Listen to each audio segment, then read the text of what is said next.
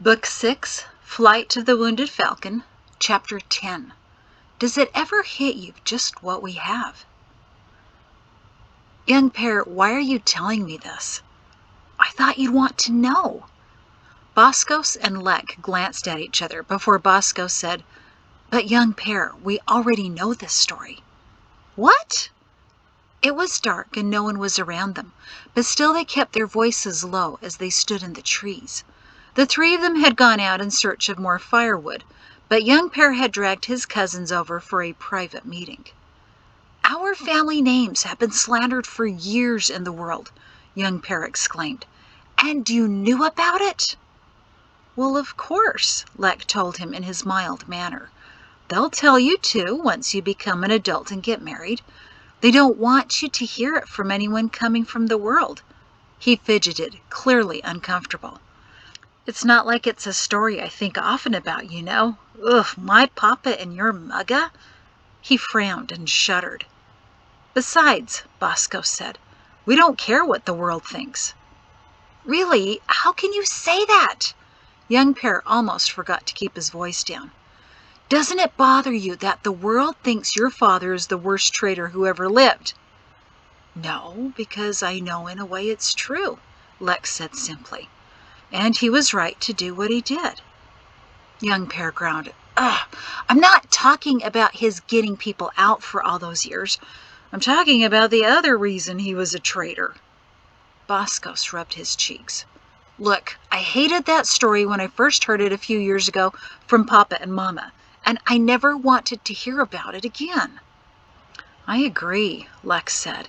It made me feel sick to my stomach, just considering something that never happened. That's why we need to fix it, young pair said. We have to kill that story so it never hurts anyone ever again. Haven't you ever wondered why the army refugees have such a hard time with Shem Zenus and Mari Shen? Shouldn't that be fixed? It is fixed, young pair, Lex said. After a few weeks, I don't see any problems with anyone who's come. That's what they say, but that's not what they feel, young pair insisted. Mrs. Jordan told me there are a few from the world who she's already met who still don't fully trust your father or my grandmother. They're just faking it. Boscos threw up his hands. That's what, maybe a dozen people? So what? We know what kind of people they are. So does the Creator. He'll make everything right in the end. It's not our place to worry about it. Lek eyed his cousin. What do you think you could do to fix it, young pair? He looked askance and he said, Not sure yet, but I'm working on it. Lek and Boscos exchanged glances. Young pair, nothing needs to be done, Lek told him. We're happy here. Our parents and grandparents are happy. Are you sure? Young pair stopped him. How does Aunt Calla feel about all of this? Boscos and Lek looked at each other again. She knows, Bosco said. She helped tell me the story, and she didn't seem to care. Mama and Aunt Mari have been the best of friends for as long as I can remember. We don't need to discuss this anymore, young pair, Lek declared. Nothing good can come from talking about an old lie. So you don't think I should tell the others tonight? Young pair asked. No, both brothers said loudly. The three of them looked around to see if anyone might have heard. The rest of the family was sitting around the campfire, singing one of Lilla's songs about a lovelorn porcupine. Young pair, all of the older grandchildren already know, Lex said. The younger ones will be burdened with these horrible images as they mature too. Obviously, our parents and grandparents think this is the best way to reveal to us things that never even happened. And I feel bad for them that the world makes them have to do this. It just reinforces for me how small and petty the world is, that'll make up stories just to feel better about themselves. They're like children, deplorable, snotty children. Bosco smiled at that evaluation. I agree. This isn't your place, young pair. Mrs. Jordan shouldn't have said so much to you. Realize she's a bit unstable. Young pair rolled his eyes dramatically. Lex sighed. Ah, the poor woman. She must have seen a lot of horrible things in the world. Of course she'd believe those stories. He glanced over at Boscos. You've helped Dr. Toon with some of those soldiers who've come from the world with some of their diseases. So do people really act like that in the world? Doing stuff without marriage? Young Pear almost smirked at his cousin's obvious discomfort. Lek was such a gentle, quiet man who couldn't imagine anyone doing anything remotely out of bounds. Maybe that's why young Pear could never connect with him. According to Mrs. Jordan, young Pear said, apparently they do. A lot. There aren't even marriage laws anymore, remember? Bosco sighed. That's true. It's a big problem. These former soldiers have ailments we don't have in Salem. Dr. Toon is pretty sure the infections come from... He hesitated, trying to find an appropriate way to put it so as to not shock his older brother. He finally came up with multiple random matings. Lek and young Pear stared for a moment before the light dawned. Seriously? Lek whispered, aghast. But why? Bosco shrugged. Dr. Toon doesn't ask too many questions about that. But we've talked about it in our class, and we came up with some theories. It seems people in the world don't see intimacy the way we do. It's an animalistic instinct they think has to be acted upon. Lek sat back, disgusted. Like the cattle? Standing out in the field and feeling the need to... Seems so. They're trying to satisfy urges, or they're bored and it's casual entertainment. They don't see intimacy as more than that. Lek's gentle demeanor dropped. That's not even intimacy, boss. Intimacy is when you join your soul and your heart and all that you are with the one person you've chosen to love. When the two of you combine your fears and hopes and bodies and thoughts and lives. His brother and cousin stared at him as he gestured wildly. No one would have suspected that Lex Zenas had a passionate side. Except for maybe Salima. You share your vulnerabilities with each other. You trust each other to keep that vulnerability safe. Lek, calm down, Boscos whispered, taken aback to see such a display from Lek. I know that as well as you do. There may be very few people in the world who know what I feel when I look at Noria, or when you look at Salima. Boscos watched his agitated brother. This is going to be a long week for you, isn't it? Away from her? These weeks always are, boss. Lex sighed and shook out his shoulders. So, the people in the world with their random... He chose not to finish the phrase. What do they get out of it? Not what they're looking for, Bosco said. That's part of the problem with those from the world. There's great heaviness and sorrow in many of them that they refuse to confront. Dr. Toon thinks that by so many encounters, they hurt more than simply their bodies. They feel something is missing in their lives, an emptiness. They try to fill that with another body they don't love and don't commit to. But that fills them only for a moment, and then the emptiness is even greater. Then they think, maybe I did it wrong. Maybe I need to try someone else. So they do it again, gratify the urge and emptiness for a few minutes, then fall even deeper into darkness. No matter how many times they do it wrong, it will never feel right. The few women Dr. Toon has worked with have suffered from depression and even self-loathing. But the men manifest anger and cynicism that's unheard of in Salem. There's little he can do medically for that. So what does he do for them? Lek asked. He says it's an illness of the soul, not the body. Some he recommends to talk to their rector, Bosco said. But for the most troubled men, he tells them there's only one man in Salem who can help them find their way to the Creator to be healed. Papa, Lek guessed. Boscos nodded. I'm beginning to see something, young Pear, Lek said.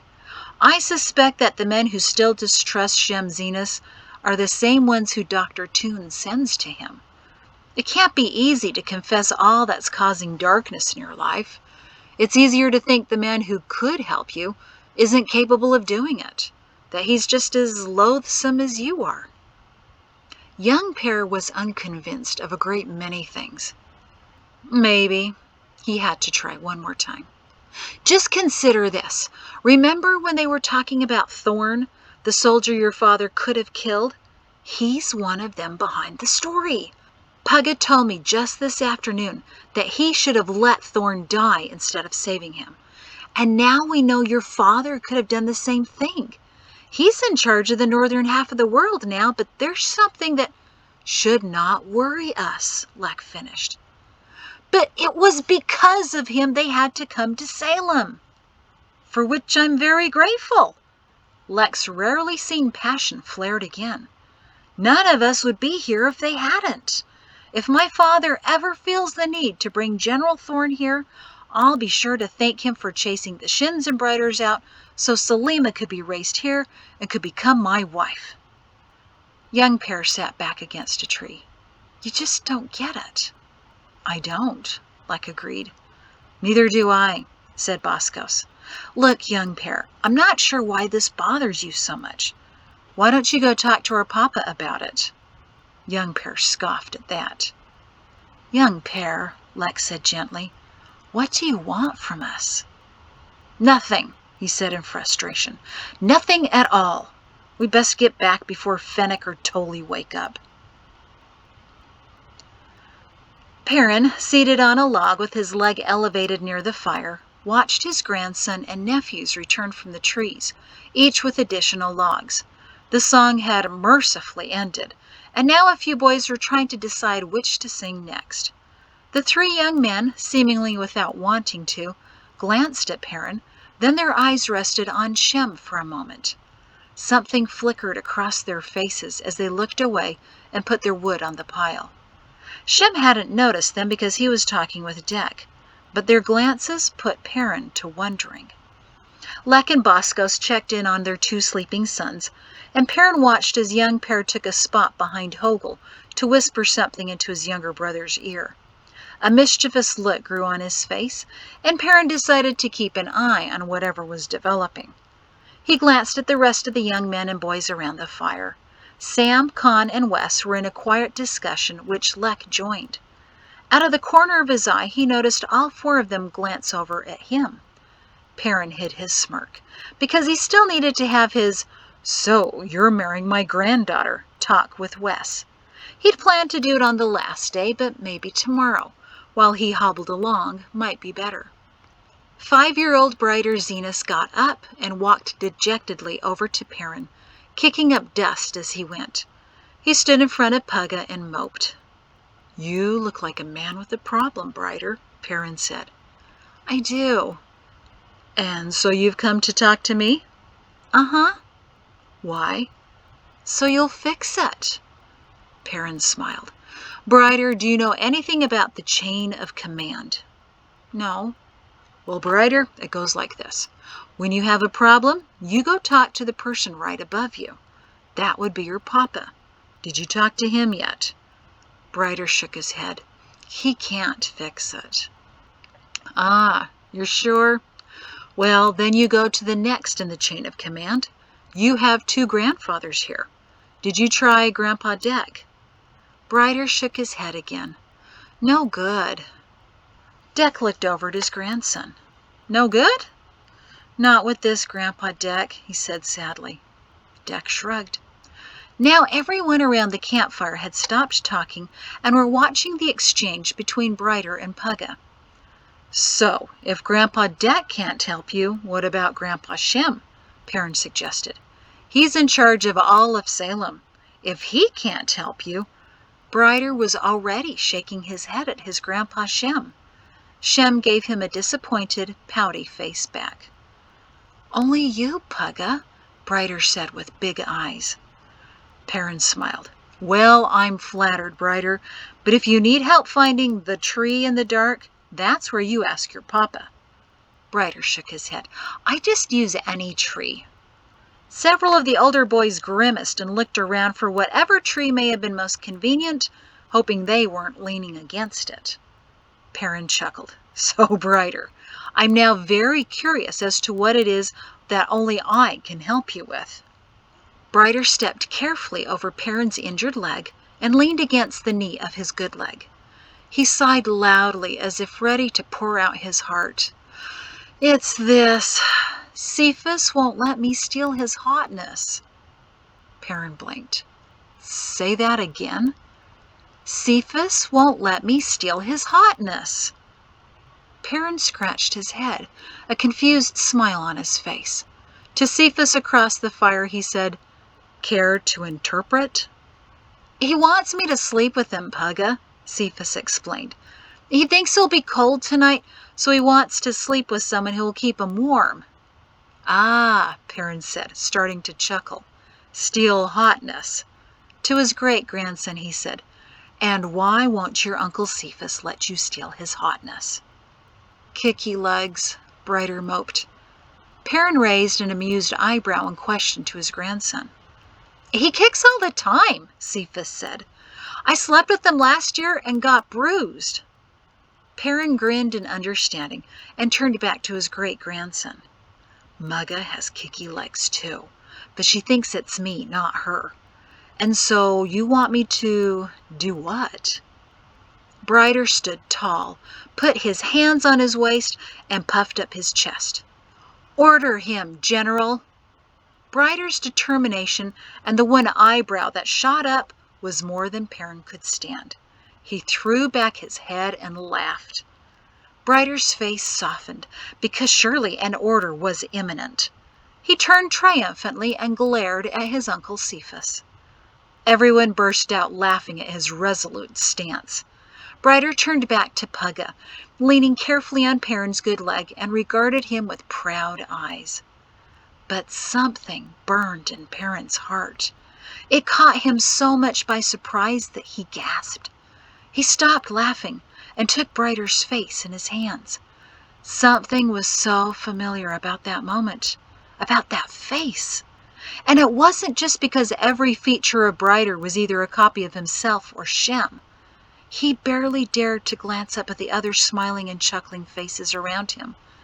Because he had seen this before. Because he had lived this moment before. Then it hit him. Idemia. The night he buried his parents, he dreamed. Just before he felt his parents next to him, he was dreaming about a small child saying something amusing. There would be many more people behind him, all familiar somehow, would be familiar, are familiar. He remembered in the dream that he tried to take control of it, to see if there was a large house behind him, like in Mari's dreams. That was when it all shifted. He had been talking to Hogel Densel that night, then he spent time with his parents, and then he had that dream so many more times that year. So often the garters had invaded his sleep, and only with the Creator's help, and the memory of that little face, which he now cradled in his large hands, could he force them away.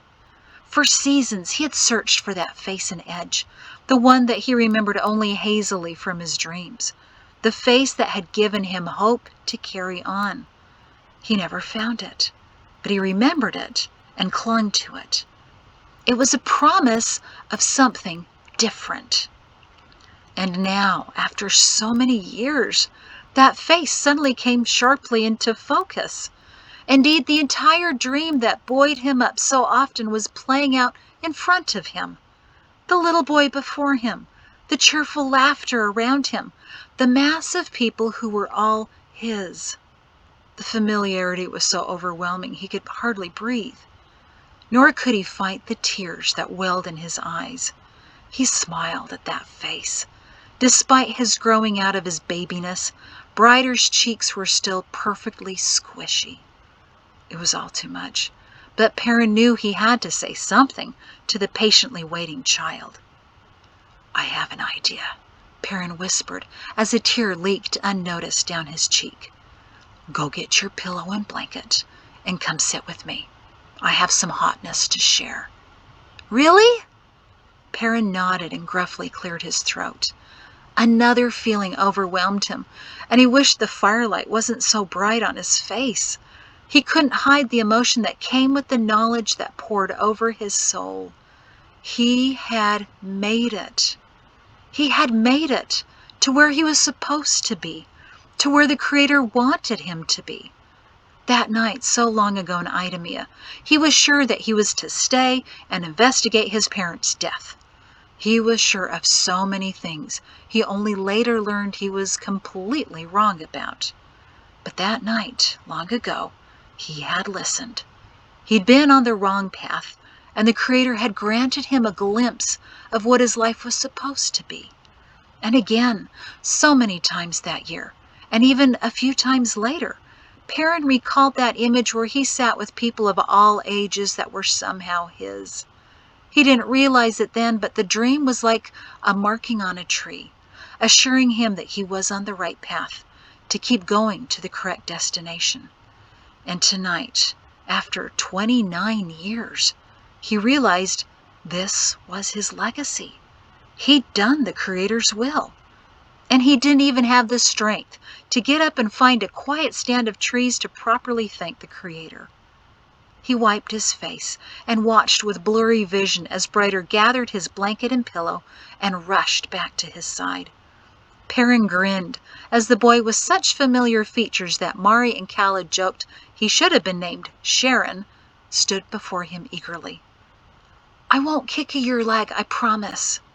"That's all right. I'm sure you'll do your best." "Because it hurts, doesn't it?" "A little." Brighter nodded. "That's why you're crying. That's all right. I cry too when I get hurt." Perrin smiled and wiped his eyes again. I'm fine. Get Grandpa Shem to help us get my bed ready. Then we can lay down." Young Per watched as his cousin's son talked with Pugga, but he wasn't laughing at Brighter's little soldier man impersonation. He was watching his grandfather. Why he was wiping his eyes was a complete mystery. He glanced over at his father. Peto watched Perrin with a bemused expression as well, but smiled at Perrin's unexplained and unusual emotion. Young Per sighed. General Perrin Shin was weak. "Doing all right, Perrin?" Shem asked as he stared at the stars above him. Perrin laid on his bedroll nearby. Their 5-year-old descendant was sprawled between them, fast asleep, with Perrin's injured leg on the opposite side of his kicky-legs grandson, just to be safe.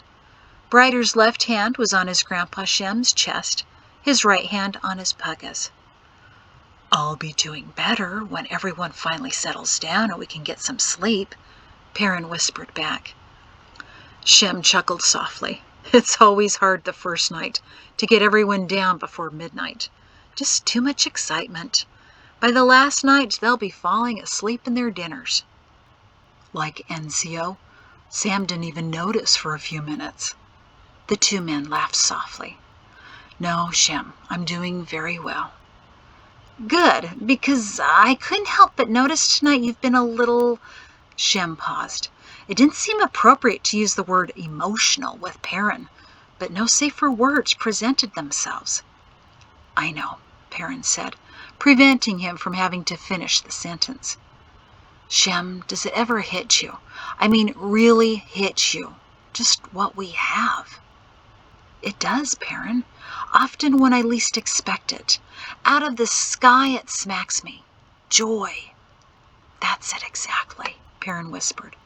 "Look at us, sleeping under the stars with our grandson between us. Would you have ever imagined this an edge?" His voice trembled. "It's just too much."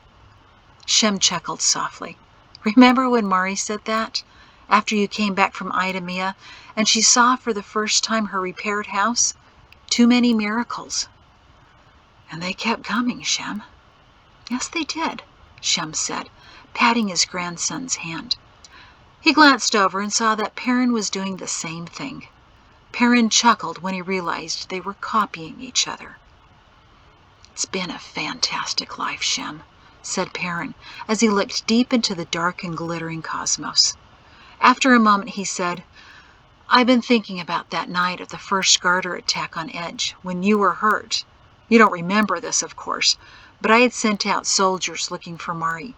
She had taken off to her mother's. I was in such a panic, and furious that she didn't obey my order to stay at home. But when she was finally found and brought to me, I was so angry with her. But Hogel Densel was there. He made me kiss and hug her in front of everyone. But I didn't let him watch me kiss her. I always felt bad about that. Then he said something I couldn't understand at the time. He said, "Now I can die a happy man." I wondered, when I was 31, how someone could actually say they were ready to die happily. Shem, now I understand him. Shem was silent for a moment. "Are you planning to go somewhere?" Perrin chuckled.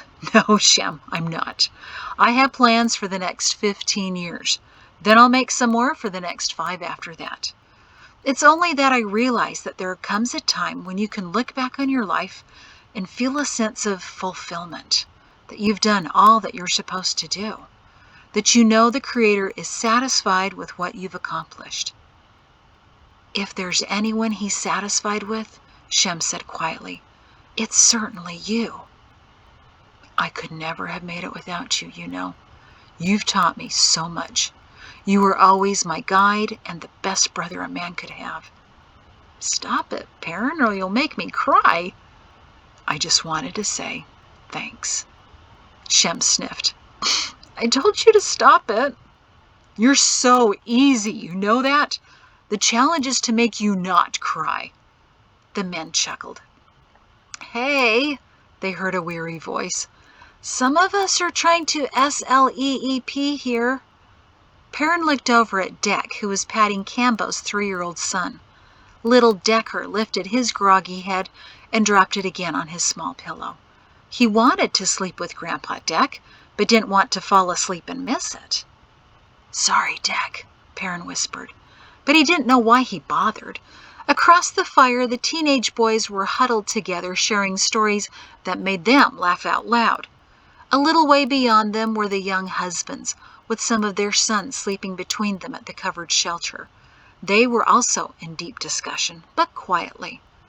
Perrin loved watching them, grateful that none of them were soldiers, but were instead farmers, stonecutters, shepherds, ranchers, and builders.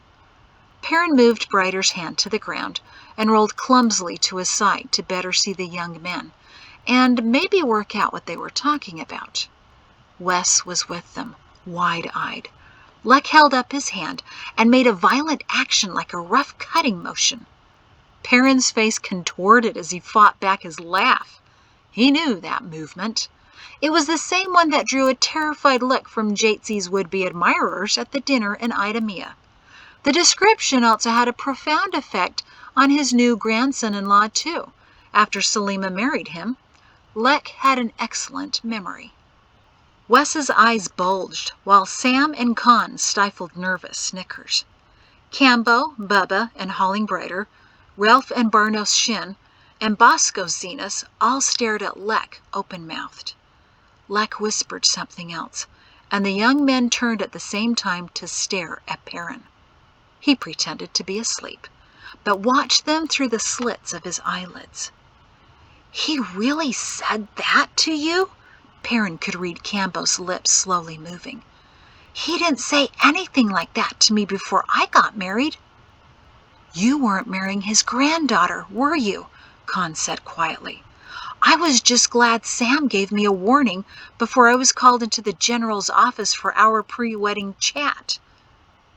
"No wonder you didn't dare talk to him," Boscos whispered to Leck. "I couldn't figure that out, why you were suddenly afraid of Uncle Perrin." Leck whispered something to Wes that Perrin couldn't make out. Sam and Con patted him encouragingly on the back, and Wes sat a little taller, as if he were a timid soldier taking courage before going off to his first battle at dawn. Maybe he'd go easy on poor Wes, Perrin considered. After all, Wes had already heard the threat of what Perrin would do to him with a long knife if his granddaughter ever came home weeping because her husband mistreated her. The young married men started to lie down for the night, and Perrin slowly rolled to his back. "Perrin!" Shem whispered harshly. He winced. If he could see the young man, Shem likely could too. "So that's what you said to my son?" Shem whispered, barely able to keep his voice under control. "My timid, tender-hearted boy, you threatened him with the garter suicide ritual? How could you do that to those boys?" Perrin smiled apologetically. "Just making sure they know how much my girls mean to me," he whispered back. He glanced over to Shem and saw him shaking his head in disgust. Perrin made a quiet noise in his throat. Shem looked over at him. Perrin gave him a complicated look. Shem smiled reluctantly, nodded, and waggled his eyebrow.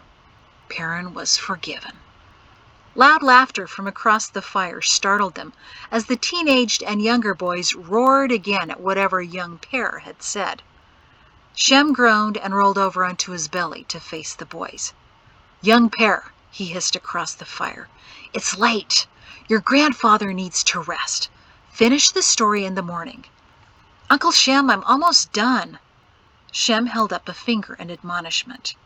"All right, one more minute?" young pair asked. Shem growled quietly. "I promise." Shem rolled onto his back and grunted softly at Perrin. He looked over at him. Shem didn't look back, but instead reached over brighter and put something into Perrin's hand. 2 small, sharp pine cones. Perrin grinned into the dark. Shem turned to him. Perrin twitched his nose. Shem twitched back the distance. Perrin smirked. Shem smirked back the trajectory. Perrin raised an eyebrow. Shem raised back the direction. Perrin winked. Shem winked back. None of the boys saw where the pine cone came from, but they all saw it hit young Pear on the top of his head. "Ow! Who did that?" demanded young Pear, looking around. He didn't expect the next pine cone to come over the top of the fire in a high arc either, so he didn't know it was headed straight for him until he looked up at the right moment for the pine cone to hit him squarely on the forehead. "Hey!" Shem rolled over again.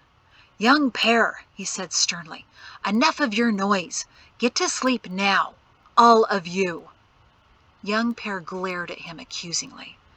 Shem held up his empty hands, then put a finger to his lips and tipped his head at Perrin to indicate that he was asleep. Young Pear looked over at his father, who was sitting on the far side of the fire, with his nephew Cephas and sons Newell and Hogel, talking quietly. He clearly wasn't in a position to throw the pine cones, and Pato nodded a firm good night. Frustrated, young Pear went to his bedroll. Shem rolled and turned back to Perrin, scrunching his mouth. "Excellent shots." Perrin wrinkled his nose. Of course, excellent directions. The 2 men shook in quiet laughter until they fell asleep. And that's the end of that chapter. Thank you.